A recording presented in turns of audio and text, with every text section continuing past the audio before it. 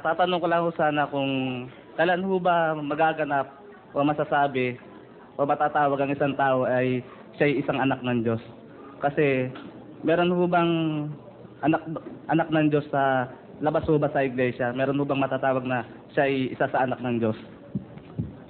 Kasi merong requirement sa Biblia para maging anak ka ng Diyos eh. Marami. Bibigyan kita ng ilan, ano? Sa 8 ng Roma, versikulo 16. Ang Espiritu rin ang nagpapatotoo kasama ng ating Espiritu na tayo'y mga anak ng Diyos. Ang isang patotoo na anak ka ng Diyos, yung Espiritu mo, nilakipan ng Espiritu ng Diyos. Ha? Kaya ang Espiritu na ang nagpapatotoo kasama ng ating Espiritu na tayo mga anak ng Diyos. When you have the Spirit of God in you, anak ka ng Diyos. Kaya yun. Kahit na ho ba wala siya sa iglesia?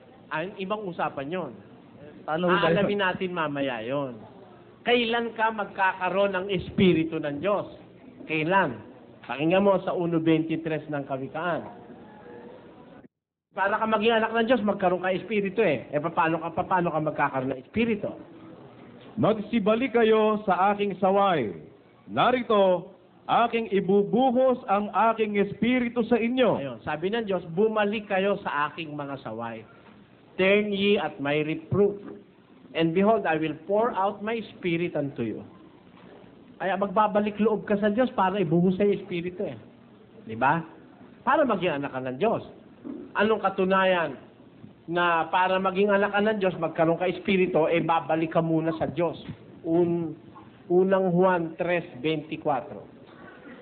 Ang tumutupad ng kanyang mga utos ay mananahan sa kanya, at siya ay sa kanya. At dito'y nakikilala natin na siya'y nananahan sa atin sa pamamagitan ng Espiritu na kanyang ibinigay sa atin. Maliwanag yun. Ano? Ang tumutupad ng kanyang utos ay mananahan sa kanya, at siya ay sa kanya. Dito'y nalalaman natin na siya'y nananahan sa atin sa pamamagitan ng Espiritu na kanya ibinigay sa atin. Kailan ka magkakaroon? Kung tumutupad ka ng utos. Isa sa utos yung sumama ka sa iglesia. Ano po pala, ang matatawag lang anak ng Diyos, yung nasa iglesia. Oo, you are adopted.